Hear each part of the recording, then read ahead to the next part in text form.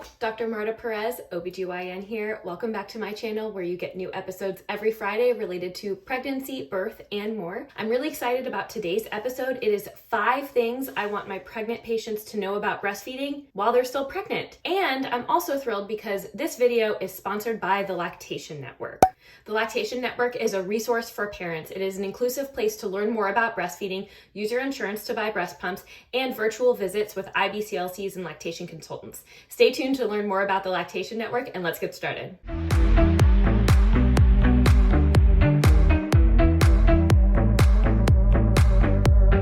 Okay, 5 things I want my parents and pregnant patients to know about breastfeeding during pregnancy. Number 1, I call learn, decide, and get support.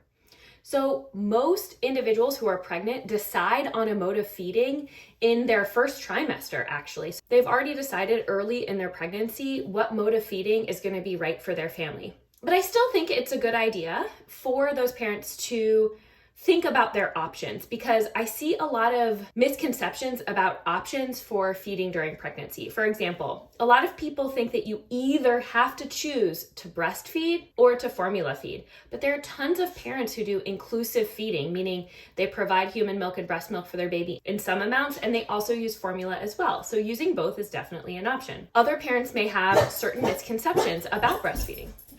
Sorry, my channel co-host had to go find a squirrel. Other parents may have misconceptions about lactation or about formula feeding. For example, I've seen patients who said, well, I definitely won't be able to breastfeed because no one else in my family was.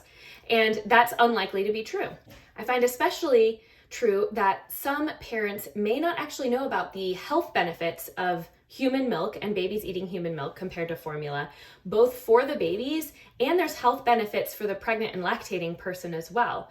So while I don't want to overstate these benefits, and I don't want anyone to feel shame or feel badly about a choice to formula feed, I definitely want people to know that there are some health benefits for both babies and for parents. On the flip side, some parents who decided that breastfeeding is what they want to do, they may not be aware of some of the common challenges when it comes to lactation, and I really want them to learn those things, because it's always hard to discover after your baby's here, you decided to breastfeed and then it's not working out and you're not sure why. There are tons of things to learn about that will help you make the decision about what feeding method is going to be right for your family.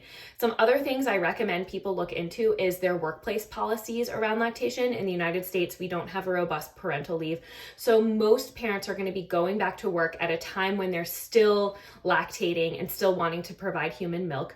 Many people might be surprised at the legal protections that exist. So it is a federal law that hourly employees who meet certain criteria under the Fair Labor Act have to have time and space in order to express breast milk at work. That is federally required. The other thing you'll notice I said as part of this is learn, decide, and get support.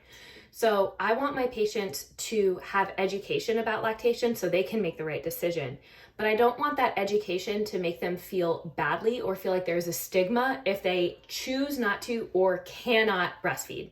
And formula feeding is either used inclusively or exclusively. I fully want my families to be supported in whatever they choose, and I fully believe as an OBGYN doctor that families are able to make the decisions that are right for them and should be supported. So whether you're planning to breastfeed or planning to formula feed or planning to be open to do both, you should let your friends and family know, and let them know it's a boundary, that you really don't want to talk about it more, or let them know the way that they can help you be confident in your decision and to support you in your 4th trimester with a new baby. The rest of this video is information about lactation and breastfeeding. So if you're someone planning to hopefully exclusively breastfeed or planning to inclusively feed with both breastfeeding and formula feeding, hopefully the rest of this information is really helpful for you. The second thing I want my patients to know about preparing for breastfeeding during pregnancy is to order their breast pump.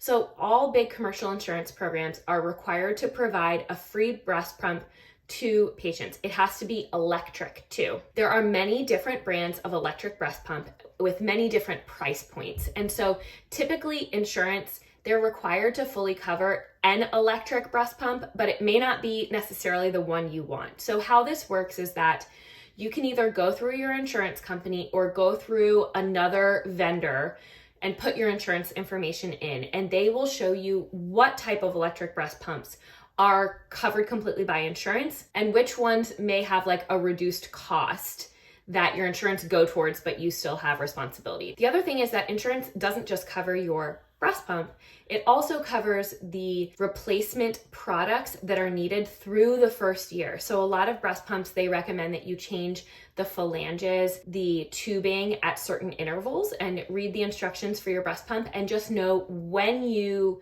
get that pump, when you order those new materials, they should be covered by your insurance. So I think that's really helpful information. I recommend parents get organized and start doing this around the beginning of the third trimester, because sometimes, processing of the forms, shipping of the breast pump can take a few weeks. So I recommend doing it at the beginning of the third trimester. Go either through your insurance or through a vendor and order your breast pump. Number 3, way to prepare for breastfeeding during pregnancy is to take a breastfeeding course. Breastfeeding often has this image of ease and relaxation and beauty.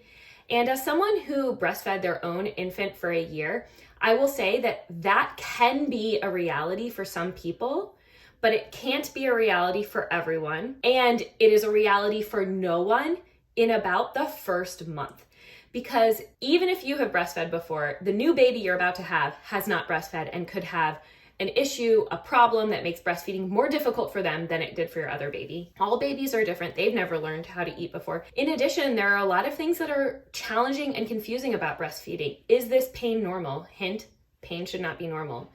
Is my baby gaining enough weight, and how do I know how much? Do I need to pump in the beginning or not? Most people don't. So there's a lot to just know about breastfeeding, breast help, lactation, infant health that really can help you feel prepared. There are usually a lot of options for breastfeeding classes. There are tons of breastfeeding classes online. Your hospital or somewhere local might offer in-person breastfeeding courses, usually on a Saturday. The other thing that you can do is start following some lactation social media accounts. Obviously, I'm a doctor who's on social media. I warn my patients all the time, there's misinformation on social media, but I will say my exception is that there's really good lactation information and support on a lot of social media sites. So La Leche League is one that is really wonderful. My very favorite website about lactation is called Kelly Mom. It has tons of helpful information about lactation that anyone can visit and learn from. And then asking friends or family. So take a breastfeeding class and start getting educated about breastfeeding and lactation, even during your pregnancy, will set you up for success once the baby's here. Friends, I am so excited about this video's sponsor, the Lactation Network. The Lactation Network's mission is to make lactation support more accessible and inclusive. They offer a huge network of IBCLCs, which are the most experienced type of certified lactation consultants available for prenatal consultations, postnatal consultations, and virtual visits. They offer in-person consultation with IBCLCs in all 50 states and the District of Columbia, allowing you to get prenatal and postnatal lactation support in person or virtually, wherever you might live. Another great thing about the Lactation Network is it can be a one-stop shop for finding a breast pump that may be covered by your insurance. Go and visit tln.care to visit the Lactation Network website, peruse it, and see what resources will help you and your family have a successful lactation experience. The fourth thing I want my patients to know about lactation when they're still pregnant is I want them to screen themselves for IGT. IGT is called insufficient glandular tissue. It is an anatomic issue with the breast tissue. So most of the time, our breast tissue expands and develops during pregnancy as the first part of lactogenesis, which is the body's process of preparing to breastfeed.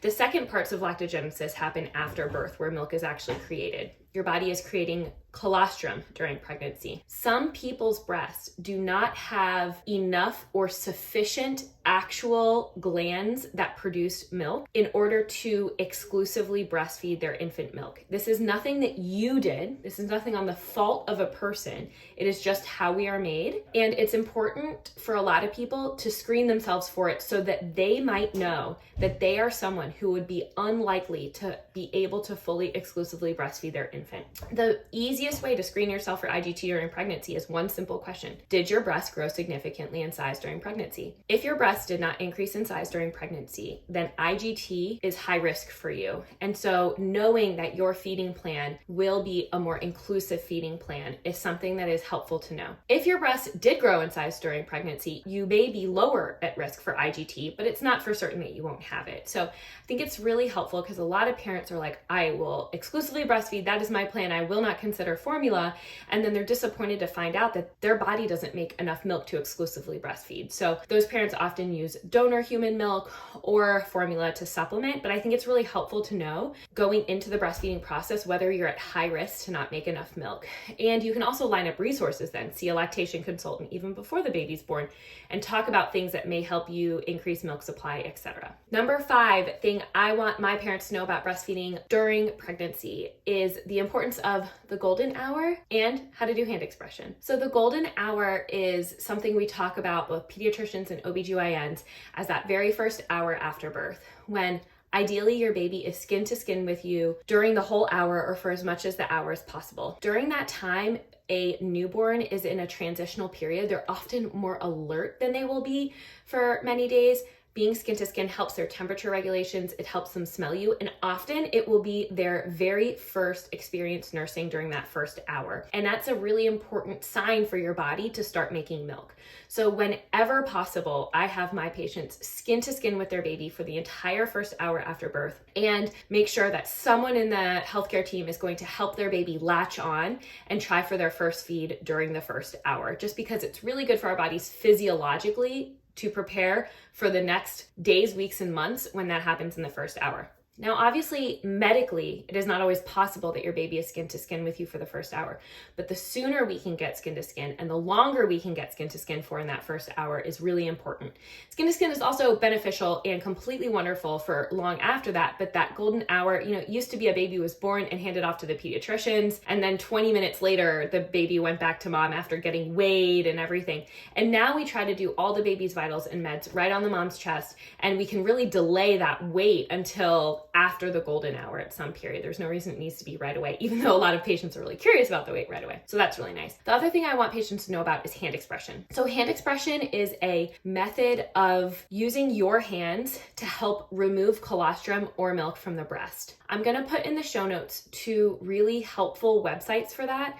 One of them is called First Droplets, and the other one is a Stanford Med website. And hand expression is really helpful because when it's used in addition to having your baby latched and breastfeeding, it is associated with an increase in the amount of breast milk made even weeks later. It's also a really helpful skill to have if you're planning to be a lactating parent, because it helps with milk removal if you have clogged ducts or if you're feeling uncomfortable and engorged.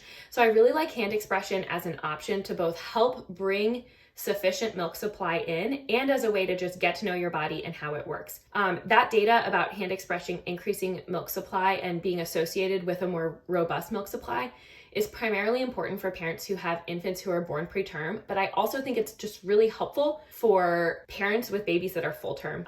It's something that I just think is a nice skill to have, and it's associated with better breastfeeding outcomes. So I want them to watch those videos or go to those websites and know about hand expression. Okay, y'all, I hope that was really helpful. Those are my 5 quick things that I want parents to know about breastfeeding while they're still pregnant. Breastfeeding, I tell everyone it's hard and challenging in the beginning for everyone. And I don't say that to scare you. I do that so that you can feel empowered, get resources, and be prepared. And for a lot of people, breastfeeding can be very challenging, and for some people it can be very rewarding, and for a lot of people it can be both those things.